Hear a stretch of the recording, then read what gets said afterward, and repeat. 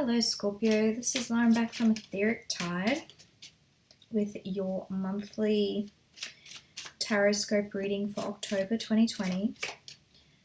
This is a Scorpio Sun, Moon and Rising. All these readings are general in nature, so take what resonates, leave what doesn't, and timeless. So whenever you're guided to watch this is exactly when you need to hear it. So it could play out for you for later than the month of October. So we've got the Ten of Cups here. So that means that we are looking at emotional fulfillment throughout October. So this could be with family partnerships. Ooh, okay. Starting to get the picture now. So Six of Cups is soul connections, past life soulmates, being nostalgic. So currently we are focusing on the past and past relationships. And it could even be that, so you're currently looking at past relationships and maybe worrying over fighting, like just bickering, and it feels like,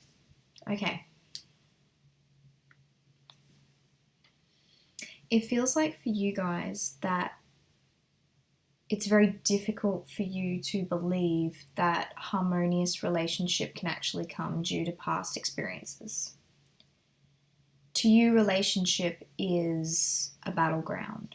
It's volatile, it's fight, it's passionate, and I dare say for a lot of you that you don't know any different, that you think in order to be in love or to be in connection with someone you have to have a volatile relationship with that person. And this could have been something that you picked up from your parents. You probably had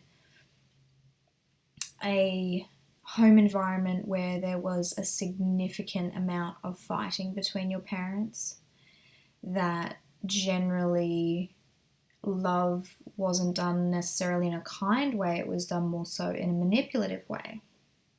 And that's not your fault.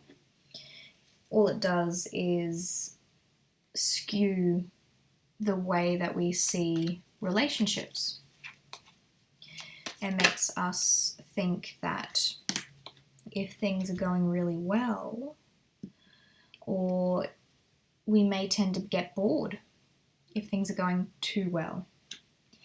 And it's very difficult for us to feel comfortable in the rest, in the peace of it all. And it may even come up as suspicion. So, yeah. So Spirit's just confirming with me that there's a pattern of behavior here where your ability to accept and love peaceful connection, that you're so used to having a volatile partner that you're even attracted to somebody who's volatile. And you could be looking back at previous relationships and how they've played out. And you could even be thinking about somebody that you weren't interested in before because you found them to be boring. I don't know if you can hear that, but my dog's taking a very big drink. It could be that you might be sick of the pattern of behavior that keeps coming in, which is, it always starts off really well and passionate, and the person that you're with, it's really fun and playful and what have you. And then at some point it becomes either one of two ways. It's either becomes monotonous and you just get bored. You just get bored because there's no excitement, and honestly, it's okay if you feel that, if you feel bored within it, and there's everything that you've done to try and fix that, and you do wish to move on, that's totally up to you. It's just that the reason that you're getting bored is because it doesn't feel familiar to you. It doesn't, you're not adjusted to the idea of that when things are going well, that feels comfortable for you. So you actually feel more comfortable in this state of mind, in the Nine of Swords. You feel as though, it's interesting, like, I've turned off all of like my sounds and stuff. I turned all of them off, but they're still, they turn back on. Like the distraction. Do you find that in your relationships that they start off really well, but then you get really distracted? And the only time that you're interested is when it's feeling volatile or you're fighting, and that's the only way that you feel like things are connecting.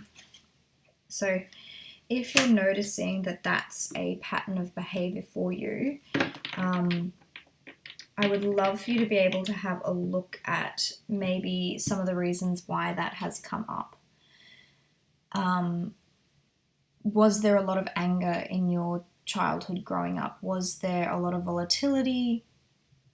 Is something familiar playing out with the partners that you're finding yourself attracted to versus the ones that you're not attracted to and you get bored with? Like, what are the commonalities or differences in those? And you may find that somebody who is very emotionally stable, emotionally available, doesn't feel right to you, and it actually feels like you're not attracted, or it's boring. And they could even be offering you like something solid, something real, therefore something boring. And what you're looking for is something exciting and passionate. Like you're looking for the Knight of Wands, essentially. Yeah. But the thing is, like, this is you. Right now, the reason that you're not getting what you're after is because this volatility, this emotional imbalance is within yourself. You're not offering yourself that stability. I know you think that's what you want, but when you're faced with it, it feels deeply uncomfortable for you. Because if things are stable, then things are not okay, then we're not actually in connection with one another, if that makes sense. So this is coming up for you as in they don't love me unless they're fighting for me. They don't love me unless they are causing some sort of like spike in your own adrenaline and like inner chemistry. Look, if this doesn't apply to you, then this message clearly is not for you. But generally, the blueprint of the way in which we love and the things that we're attracted to, whether they are healthy or not, are always inbuilt with us based on our childhood environment. So I think it'd be really beneficial to you guys to have a look at how that's playing out in adulthood for you. What type of environment did you have as kids? What was your relationship like with both of your parents? And how is that being replayed with your current partnerships? So hopefully that makes sense to you guys. If you would like a private reading, details are down below. Thank you for liking, commenting, and subscribing if you'd like to see more videos like this. And I will see you guys next month. Bye.